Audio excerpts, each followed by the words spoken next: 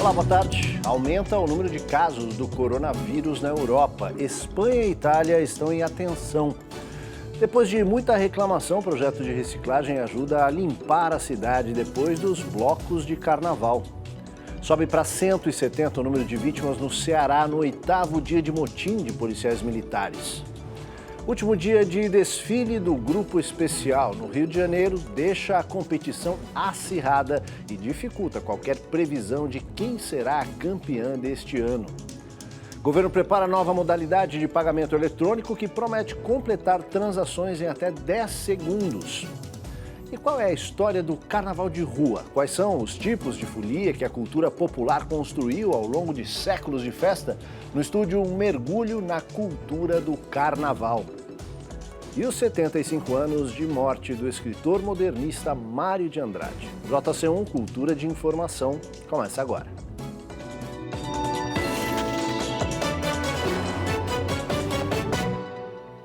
O lixo desse carnaval transformado em lixeiras e em fonte de renda para catadores de materiais recicláveis. Esses serão os frutos de uma iniciativa socioambiental que está sendo testada em 5 capitais. Albert é catador de materiais recicláveis na capital paulista há 2 anos.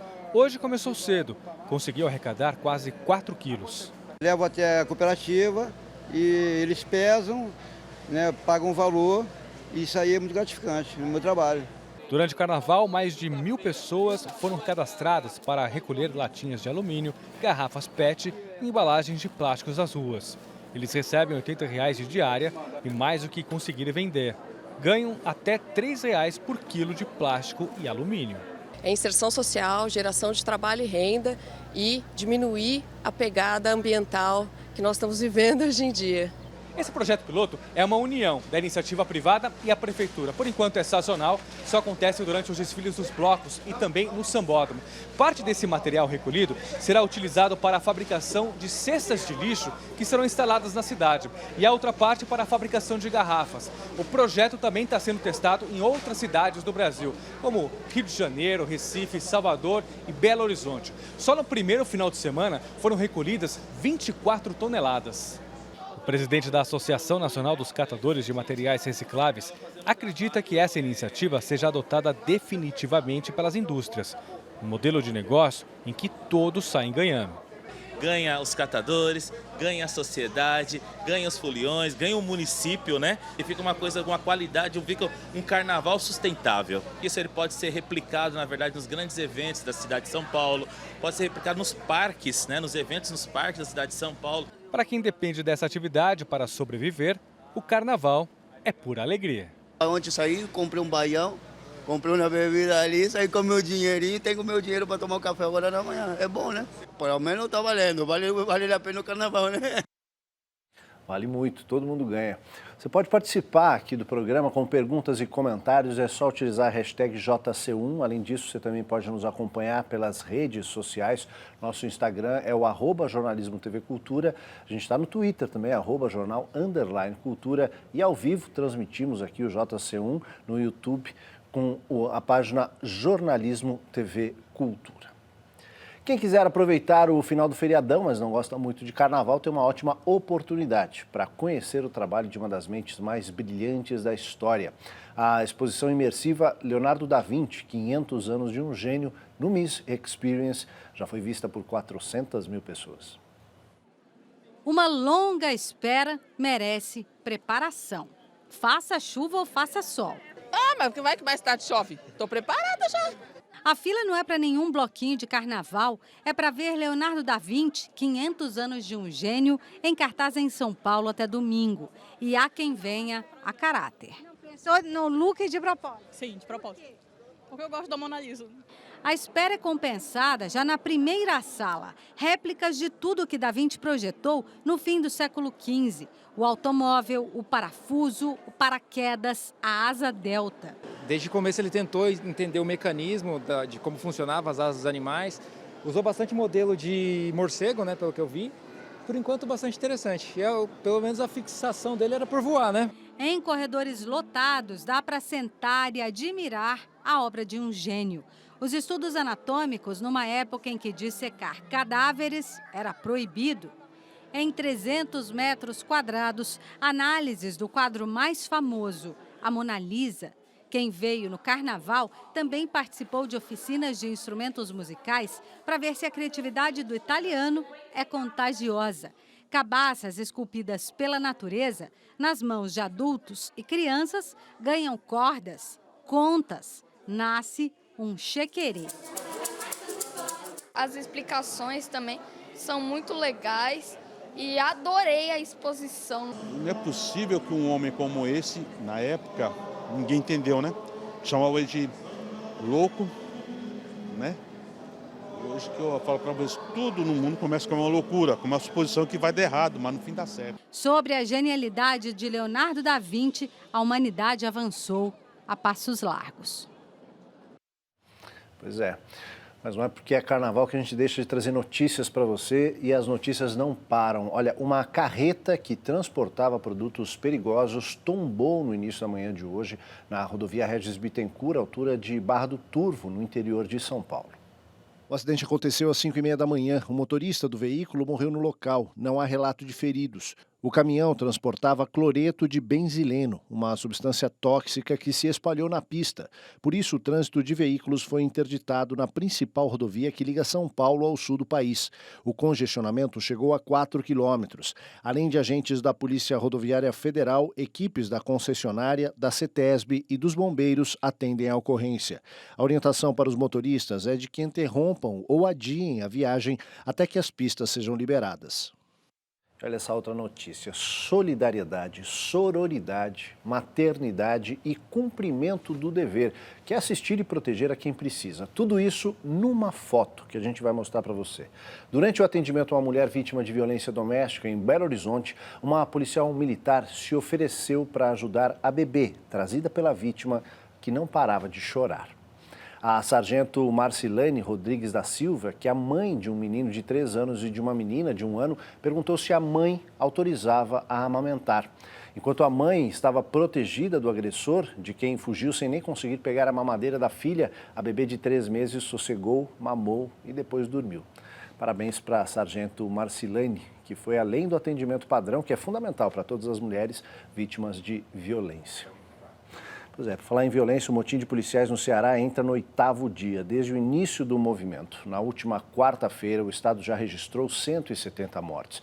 O ministro da Justiça e Segurança Pública esteve ontem em Fortaleza e disse que a situação está controlada. Depois de sobrevoar a região metropolitana de Fortaleza, ao lado do ministro da Defesa, Fernando Azevedo e Silva, e da Advocacia Geral da União, André Luiz Mendonça, o ministro da Justiça, Sérgio Moro, disse em entrevista coletiva que não há uma situação absoluta de desordem nas ruas e que é preciso colocar a cabeça no lugar.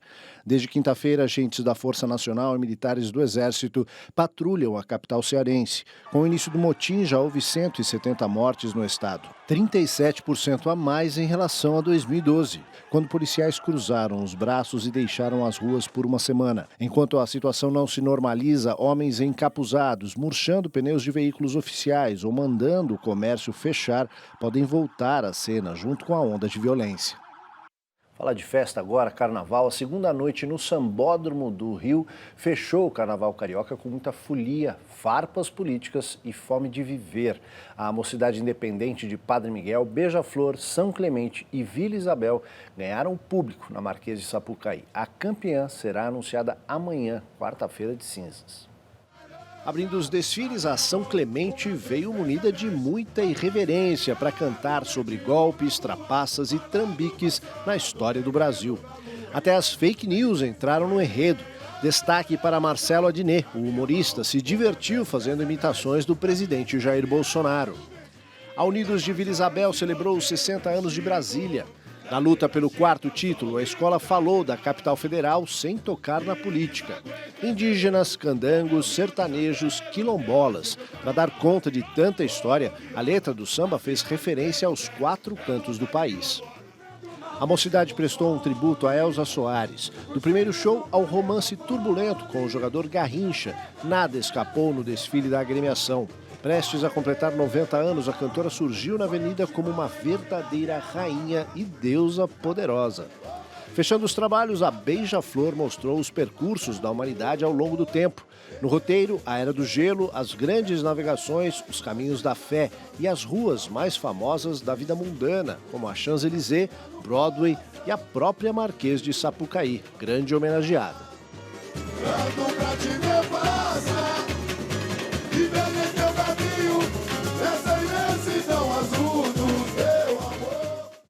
Agora a gente te informa sobre o coronavírus. A Organização Mundial da Saúde alerta os países para se prepararem, porque o Covid-19 pode literalmente bater à porta. Já são mais de 80 mil casos confirmados em dezenas de países. Na Europa, um hotel em Tenerife, nas Ilhas Canárias, que pertencem à Espanha, foi colocado em quarentena. O exame de um hóspede italiano deu positivo para o Covid-19. Mais de 1.000 pessoas estão no local. Na Itália foram confirmados os primeiros casos no sul e na região central. Até agora, os doentes estavam no norte do país. 283 casos e 7 mortes. Em Veneza, as filmagens de Missão Impossível 7 foram suspensas por conta do surto de Covid-19. Seriam 3 semanas de trabalho. Especialistas estimam que a doença vai provocar um duro golpe na economia italiana. Um avião da Turkish Airlines, que vinha do Irã e pousaria em Istambul, foi desviado para Ankara. Um passageiro era suspeito de estar infectado. O Irã registra o maior número de mortos pelo vírus fora da China, 16. São 95 casos confirmados de Covid-19, entre eles o vice-ministro de Saúde. E há o temor de que o vírus se espalhe por países vizinhos, que têm pouca estrutura para combater a doença, além de reunir um grande número de refugiados. Na Coreia do Sul, o presidente Moon Jae-in visitou hoje um centro médico que recebe os doentes do Covid-19. Ele disse que vai vencer a batalha contra o vírus. O país já soma 977 casos e 10 mortes. Nesta terça-feira foi feita a desinfecção da estação de trem de Seul. Na China, o número de casos diários de Covid-19 tem caído. No total, são mais de 77.700, com mais de 2.600 mortes. O Brasil ampliou a definição de caso suspeito para o Covid-19. Quem apresentou febre e mais de um sintoma de gripe, como tosse ou falta de ar, e veio de um dos países listados pelo Ministério da Saúde, ficará em observação.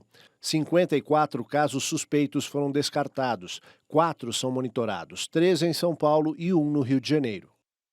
Um estudo da Fundação Getúlio Vargas mostra que os cortes no Bolsa Família vêm fazendo a extrema pobreza aumentar no país e que o benefício não é imprescindível apenas para a sobrevivência de pobres e miseráveis, mas também para a economia como um todo. Depois de anos trabalhando como empregada doméstica, Miriam viu o desemprego bater à sua porta. Há 3 anos, sobrevive de doações. Eu pego as doações na feira, que os feirantes, eles me dão. Tem muita gente boa ajudando a gente. Mas dependendo do governo, não tem nada. Miriam vive com menos de $2 por dia, critério usado pelo Banco Mundial para definir a extrema pobreza. Em 2014, eram mais de 9 milhões de brasileiros nessa situação. 4 anos depois, mais de 13 milhões, um aumento de 67%. O Bolsa Família contempla lares com renda mensal de até R$ 178 por pessoa. Também é preciso haver uma gestante ou crianças e adolescentes de até 17 anos. Meire atende às exigências. Ela saiu do sertão da Bahia, disposta a fazer de tudo por um futuro melhor em São Paulo. E fez. Foi balconista, cuidadora de idosos, vendedora, faxineira. 2 anos atrás perdeu o emprego. Perdeu também o Bolsa Família. Eu cadastrei meu Bolsa Família em novembro do ano passado. Aí ela falou que o máximo era 3 meses e voltava. E até hoje, nunca voltou. O Bolsa Família era a única fonte de renda de Meire. A filha mais velha frequenta a escola. A mais nova ainda está assim, no colo. Mesmo assim, o benefício foi cortado. E faz falta. Eu comprava mais alimentação para minhas filhas, para a Gabriela. Só tinha ela na época. E dá roupinha, assim, porque o pai dela não dá nada. Segundo o estudo da Fundação Getúlio Vargas, feito no ano passado, 900 mil pessoas foram desligadas do programa. Devido aos cortes, entre 2014 e 2018, surgiu uma fila anual de 500 mil pessoas que deveriam ser atendidas, mas ainda não recebem o benefício. Eu fiz o cadastro, aí o que acontece? Demoraram a analisar, então fica no análise. Aí o que acontece? Automaticamente fica bloqueado. Para o coordenador da pesquisa, os cortes no Bolsa Família impulsionam o aumento da extrema pobreza no Brasil. Se a gente olhar episódios específicos e calcular os seus impactos, a gente vai ver que anos em que o benefício foi congelado, como 2015, com inflação alta, e 2017, com inflação um pouco menor, a extrema pobreza subiu 23% e 17%, respectivamente. Para este economista, distribuir renda, tirar a população da pobreza, gera enriquecimento do país inteiro. O fato que os pobres estão consumindo mais gera imposto sobre o consumo, receita para o Estado. As empresas passam a trabalhar mais, gera receita pelos impostos sobre a produção. Mais dinheiro para o Estado. E você reduziu o desemprego, você reduz os gastos com sistema de apoio a desempregados, coisas do gênero, você melhora os recursos do Estado. E é assim que funciona, e a conta fecha. Cada criança matriculada na escola ou mãe que amamenta tem direito a R$ 41 por dia. Dinheiro que faz falta na vida de Cláudia. Ah, muito, viu? Porque ajudava bastante. Ajudava porque eu tenho 5 crianças pequenas, né? E eu sou diarista, eu ganho por dia. Então, às vezes, o dinheiro que eu ganho não dá para suprir as necessidades. Pois é, né? E apesar desse efeito colateral positivo, né? Além desse efeito colateral positivo citado pelo professor Dalbor na reportagem, é bom lembrar, né? Sempre é bom lembrar que a vida digna, além de tudo, é um direito garantido pela Constituição Federal. A gente continua falando do bolso porque a gente não descuida dele nem no carnaval, né? Agora a gente fala de uma nova forma de fazer compras prevista pelo Banco Central para começar a funcionar no segundo semestre deste ano. O Pix vai permitir enviar e receber valores instantaneamente a qualquer hora do dia e da noite. Como hoje é ponto facultativo no comércio, a gente foi ontem a uma loja para acompanhar a movimentação. Nada de fantasias por aqui.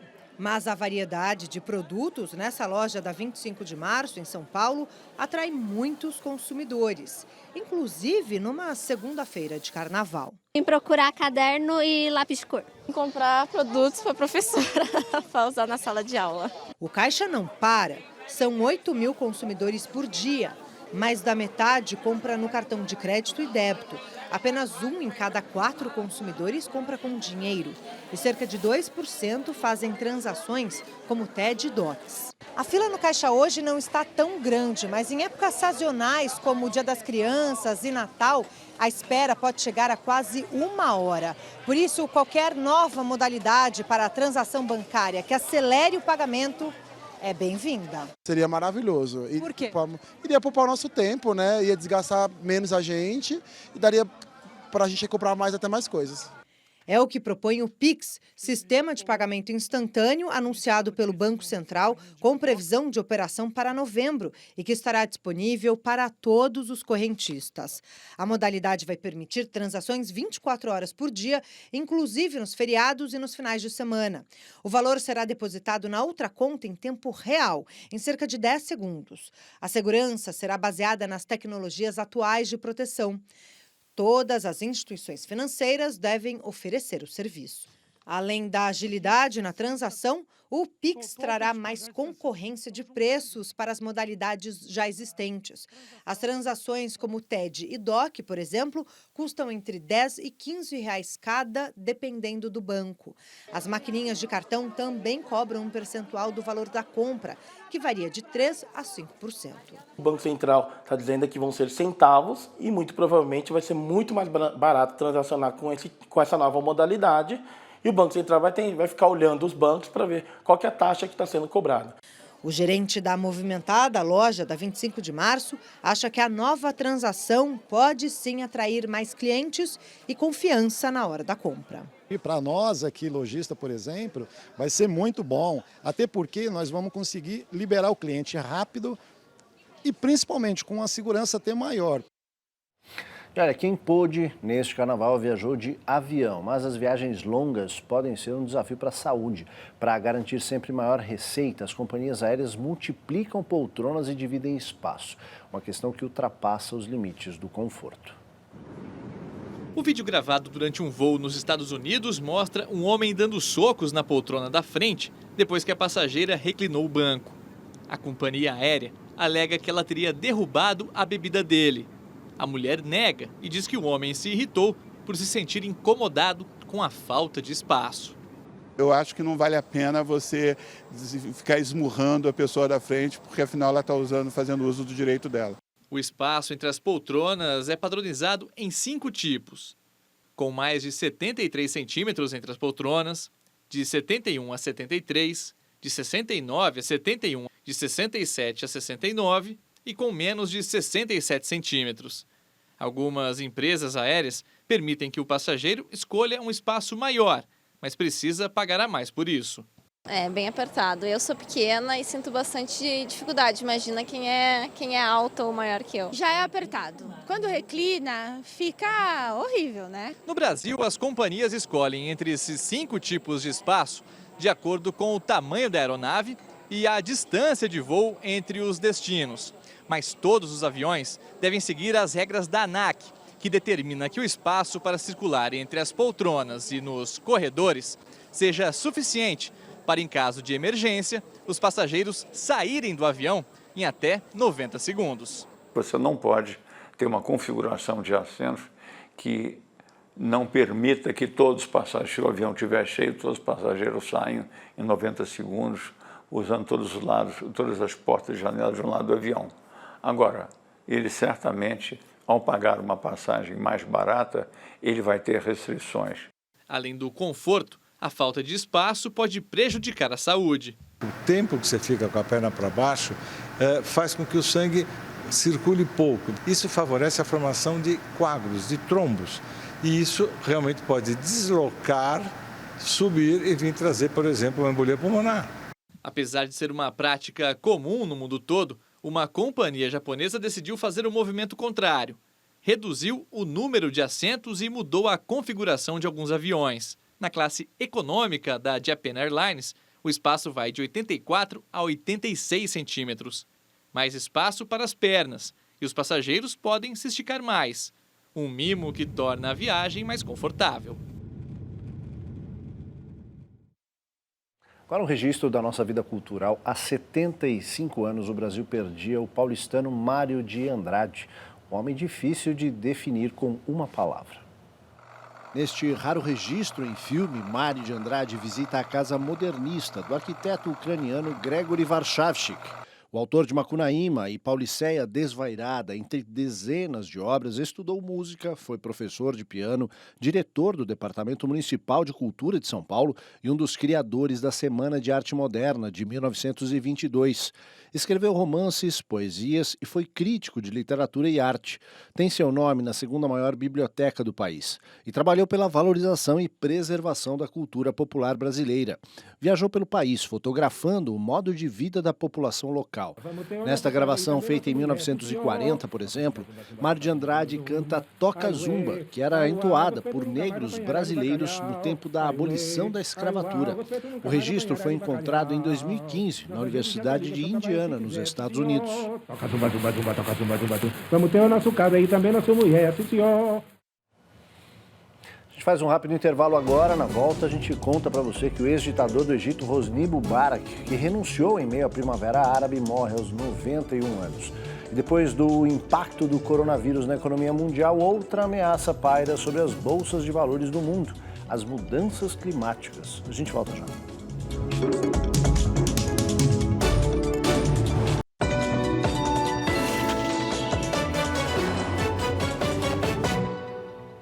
Estamos de volta com outras notícias internacionais. Morreu aos 91 anos Hosni Mubarak, o ditador que governou o Egito por 30 anos. O ex-ditador do Egito ficou um mês sob cuidados intensivos após ser submetido a uma cirurgia. A notícia da morte foi dada pela TV pública do país sem maiores detalhes. Mubarak governou o Egito com mão de ferro por 30 anos. Depois de enfrentar uma onda de protestos populares da Primavera Árabe, ele renunciou em fevereiro de 2011, sendo o primeiro governante a cair em função daquelas manifestações. 2 meses depois, ele foi preso, acusado de corrupção e de responsabilidade na morte de manifestantes. Ele ficou detido por 6 anos. Em 2017, a justiça o inocentou da maioria das acusações. Um atropelamento durante os desfiles de carnaval na cidade alemã de Volkmarsen, a cerca de 280 quilômetros de Berlim, deixou 52 pessoas feridas, incluindo 18 crianças. O motorista do veículo ficou ferido e foi detido. A justiça abriu investigação por tentativa de assassinato.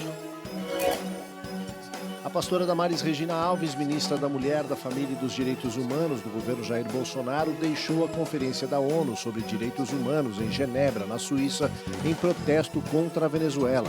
A demandada da comitiva brasileira se deu quando o chanceler venezuelano Jorge Arreaza iniciaria seu discurso. Antes, Damares defendeu o governo brasileiro e disse aos líderes mundiais que a gestão de Jair Bolsonaro defende a Amazônia, a população LGBT e atua para reconstruir o país. A 43ª sessão do Conselho de Direitos Humanos da ONU vai até esta quinta-feira.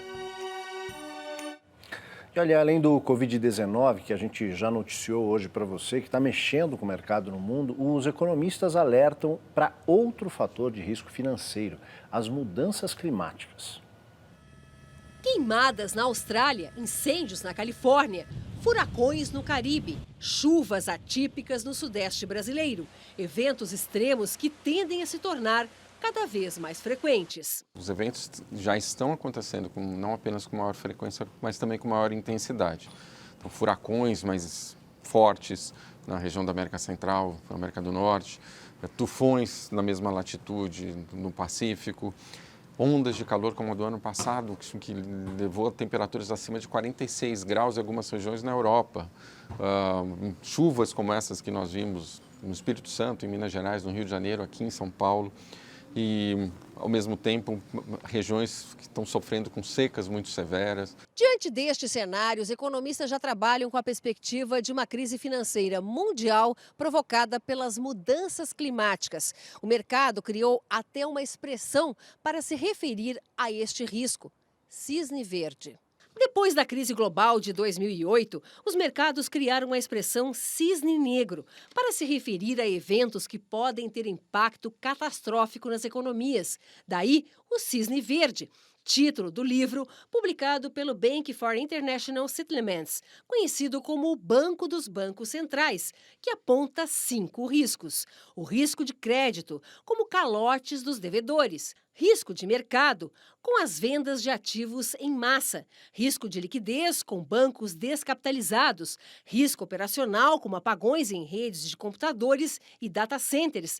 E risco de cobertura. O aumento de sinistros, como enchentes, pode levar à quebra das empresas de seguros. Na opinião do economista, é preciso que empresas e governos invistam em ações propositivas. E uma das formas que os governos têm para induzir um bom comportamento na produção e no consumo de bens, por exemplo, é usar a tributação como um incentivo para que se consumam mais bens limpos e verdes, vamos dizer assim, e menos bens cinzas e que poluem. O ICMS verde é um exemplo no Brasil, mas isso tem que ser feito de uma forma cada vez mais forte e geral, porque os problemas são cada vez mais presentes e gerais. O Fórum Econômico Mundial em Davos, no mês passado, colocou as mudanças climáticas no topo da lista dos maiores riscos globais para este ano. Este relatório, produzido pelo Bank of International Settlements, ele recomenda que os bancos centrais eles adotem medidas preventivas, porque eles têm um papel fundamental para a estabilidade financeira global. Nos Estados Unidos, o produtor de cinema Harvey Weinstein é condenado a 25 anos de prisão por 2 estupros. Harvey Weinstein, de 67 anos, foi condenado por atacar sexualmente a ex-assistente de produção Mimi Haley em 2006 e por estuprar em 2013 a atriz Jessica Mann. O produtor de cinema norte-americano pode cumprir até 25 anos de prisão. Mais de 80 mulheres, incluindo atrizes famosas, o acusaram de má conduta sexual. Foram 5 dias de julgamento. A decisão do Tribunal do Júri, que foi composto por 7 homens e 5 mulheres, é considerada uma vitória para o movimento Me Too, que trouxe à tona inúmeras denúncias de assédio sexual na indústria do entretenimento. Durante o julgamento, os promotores retrataram Weinstein como um predador em série que manipulava mulheres com a promessa de abrir as portas em Hollywood. Mas Harvey Weinstein foi inocentado da acusação de comportamento sexual predatório, que poderia levá-lo à prisão perpétua. Weinstein foi um dos homens mais poderosos de Hollywood. Ele se tornou conhecido por filmes aclamados como O Paciente Inglês e Shakespeare Apaixonado. Shakespeare! Depois do intervalo, qual é o seu carnaval? Na avenida, na rua ou bem longe da folia?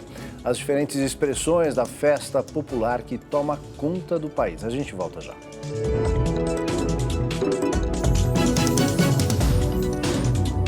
A comissão vão para o bairro, conhecem a molecada, fazem propostas juntos com essa molecada.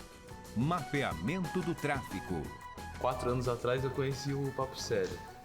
Dentro da Fundação Casa, eu estava cumprindo medida socioeducativa. Continuidade do Papo Sério, ele seria inserido na faculdade. Quarta, 11h45 da noite. Retratos da Cidadania.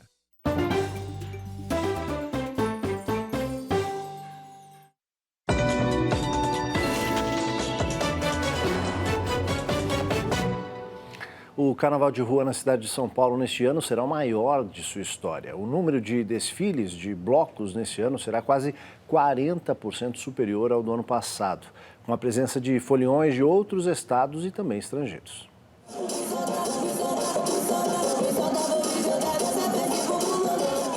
São 4 dias de muita folia. As ruas paulistanas ficam lotadas. São Paulo no Carnaval virou um berço da diversão para pessoas do Brasil e do mundo inteiro.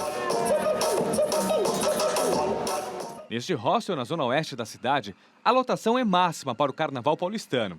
Felipe, que é o proprietário, disse que as reservas se esgotaram com 2 meses de antecedência, muito diferente de anos anteriores. Se eu voltar 6 anos atrás,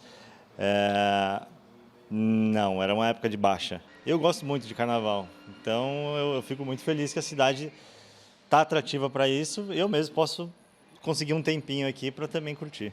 E os frequentadores, então, hein? Bom, gente de toda a parte do mundo. Eu sou do norte da Alemanha e lá nós não temos um carnaval tão grande. O carnaval daqui é uma experiência completamente nova para mim e estou muito entusiasmada para ver.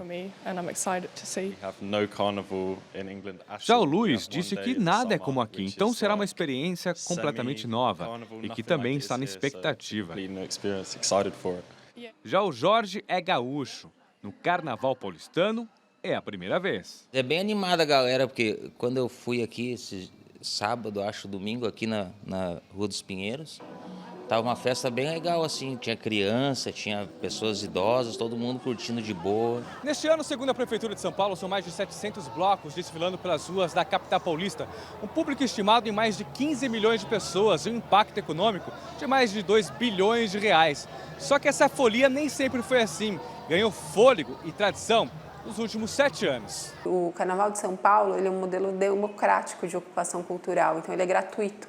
Então eu acho que isso ajuda a fomentar essa ocupação que a gente tem, essa alta taxa de crescimento. E é um carnaval estruturado, com infraestrutura, com todos os órgãos públicos trabalhando a favor e conjuntamente do carnaval. Então eu acho que isso contribui para o crescimento que a gente teve muito expressivo do carnaval nos últimos anos aqui em São Paulo. Uma pesquisa feita pelo Observatório do Turismo aponta que o carnaval de rua atrai mais os jovens entre 19 e 24 anos de idade. E são as mulheres a maioria. Moradores de São Paulo representam 7 em cada 10 foliões. Só que a cada ano, o número de turistas vem crescendo. Perguntado para o alemão Alexander, de 20 anos, também hospedado na Zona Oeste, por que escolheu São Paulo? Bom, ele disse que gostaria de ver o carnaval original, brasileiro, ir aos blocos e paradas e também encontrar amigos.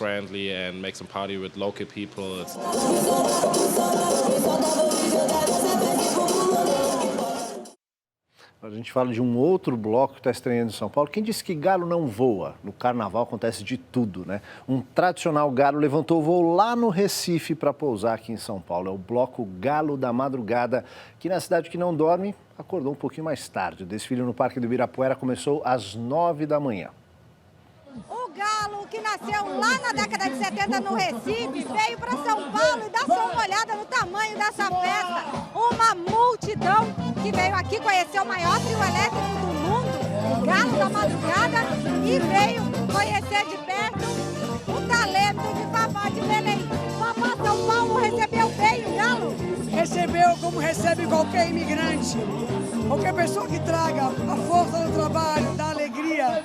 São Paulo é uma grande mãe, é um estado que recebe a todos nós, que saímos dos nossos estados, muitas vezes de outros países, e vem aqui para apostar na vida e no trabalho. São Paulo é uma mãe.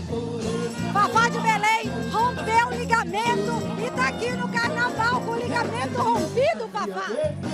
Eu estourei a panturrilha, então eu tenho que ficar em movimento. Parado dói, mas daqui a pouco eu boto a minha bota, vai tudo certo. Ok, obrigada. Olha só, o Galo da Madrugada fica aqui na região do Ibirapuera até as 3 da tarde, aberto para quem quiser, com vocês. Bem, para falar mais sobre as diferentes expressões do carnaval, eu converso agora com a pesquisadora de dança, Régia Alvarez. Boa tarde, Régia, bem-vinda, tudo bem? Boa tarde, Aldo, tudo bem? A gente viu nas reportagens aí expressões de blocos de rua. A Régia fez uma pesquisa sobre o desfile das escolas de samba, né, de uma escola em particular no Rio de Janeiro. E a gente fica encantado com a diversidade que aparece, né, das manifestações culturais no carnaval. Você conseguiu identificar essa diversidade num mesmo desfile, foi isso? Na verdade, é assim, eu estudei sobre a Vila Isabel em 3 períodos específicos, né? 3 desfiles, um deles, um dos mais famosos, que foi de 1988, que foi o desfile da Kizomba, e nele ficou muito claro para mim como ele recebeu sambista de todas as escolas, essa diversidade do carnaval e essa capacidade que o carnaval tem de abrigar tudo. Então, por exemplo, a gente vê nos blocos de rua aqui de São Paulo, você vê ritmo brega, ritmo sertanejo, ritmo heavy de funk, metal. heavy metal, pois é, rock dos anos 80, enfim. Então, o carnaval ele tem essa capacidade de ser bastante democrático, de receber todo mundo. E ele é assim desde o começo? Que origem é essa desse carnaval? O carnaval, ele tem múltiplas origens, né? Então, você tem o Carnaval de Veneza, você tem um carnaval muito conhecido em Colônia, na Alemanha, mas a ideia de circuito, de cortejo, ficou muito mais forte na Grécia Antiga, com as festas dionisíacas. Então, a gente tinha uma festa em homenagem ao deus Dionísio, que era o deus do vinho e o deus da uva. Após consumir vinho, as pessoas festejavam um pouco mais empolgadas. Então, ficou esse grande marco assim, do início da ideia de cortejo. Para os estudiosos, o que está mais claro é mesmo a Grécia Antiga. Quando é que ele começa a tomar essa forma que a gente conhece hoje? Quando ele vem para o Brasil, ele vem através do intrudo de Portugal, mas já se tem uma ideia de que os indígenas e também os povos afrodescendentes que vieram para o Brasil também tinham algumas manifestações que misturaram com o intrudo de Portugal. O que se tratava o intrudo de Portugal? O intrudo tinha brincadeiras de você jogar limões de cheiro, as pessoas brincavam de jogar coisas umas nas outras durante esse período, que era um período de libertação pré-Páscoa, né? Então, um pouquinho antes aí da Páscoa, as pessoas se permitiam cometer todos os seus pecados para que depois passavam um período se purificando até a Páscoa. Mas com esse formato parecido de brincadeira de rua, ficou bem mais claro no intrudo português que veio para o Brasil. Na quarta-feira de cinzas começa a quaresma, que é esse período de preparação, né? Agora, de um tempo para cá, fica mais claro para as pessoas uma colocação de questionamentos, rupturas, denúncias. Agora, isso sempre esteve presente, né, nessas manifestações? Sempre. A gente tem um carnaval clássico do Joãozinho 30, em que ele traz para Beija-Flor um Cristo coberto, um Cristo mendigo. Ele comprou muita briga com a Igreja Católica naquele período. A gente tem diversos carnavais, o mesmo carnaval que eu citei de 1988, da Vila Isabel, que falava sobre a negritude. Então, a gente tem diversos carnavais que pontuam questões importantes da sociedade. Como é que você avalia o papel que essas manifestações críticas à desigualdade social, por exemplo, têm para essas comunidades que estão ali submetidas a essa desigualdade e lutando contra ela? Eu acho que é o grito da população, né? Eu acho que as comunidades de carnaval se preparam o ano inteiro. Claro, hoje em dia o carnaval está muito profissional, então as agremiações tem acesso a uma construção de um texto mais politizado. Esse texto é misturado com alguns questionamentos práticos da vida do cidadão da comunidade e ali é como se na avenida eles pudessem gritar, pudessem colocar a sua voz onde eles não encontram espaço. Então é quando a comunidade pode se impor e pode se mostrar. Quando termina a festa, o que fica disso tudo? Eu acho que fica a reflexão, eu acho importante. As pessoas estão questionando elementos políticos que vieram bem forte nesses 2 últimos dias de desfile no Rio e nos desfiles de São Paulo. Também os próprios blocos trouxeram questões sobre o feminismo, questões sobre a população negra.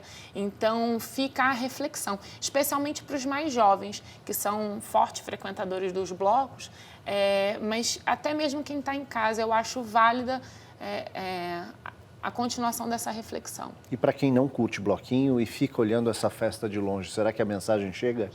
Eu espero que sim, eu acho que sim, porque viram o assunto do cotidiano, né? As pessoas, quando circulam por seus bairros, não tem como, as pessoas questionam se viram ou se não viram, e mesmo quem não viu, escuta falar. E aí, às vezes, vai procurar saber sobre o questionamento que foi levantado. Quer dizer, não é só farra, não é só curtição, mas é também um pouco de reflexão e talvez um desabafo, né? Sim, sem dúvida. Muito bem. Régia, muito obrigado pela tua participação aqui no JC1. Boa tarde para você. Eu que agradeço. Valeu. Olha só, uma última notícia que a gente traz para você. Hoje, 10 para o meio-dia, finalzinho da manhã, um avião de pequeno porte caiu no mar na Praia do Tombo, no Guarujá, no litoral paulista. Segundo testemunhas, você vê aí as imagens do momento que ele caiu. O avião caiu, o piloto que estava com colete salva-vidas saiu da aeronave e foi ajudado por uma surfista. Ele foi retirado da água por um guarda-vida sem ferimento. Felizmente, ninguém se feriu e ele passa bem. JC1 termina aqui, você continua nos acompanhando nas redes sociais, pelo Instagram, você sabe, @jornalismo TV Cultura, no Twitter, @jornal_cultura e no YouTube, o canal Jornalismo TV Cultura. Uma ótima tarde para você, até amanhã.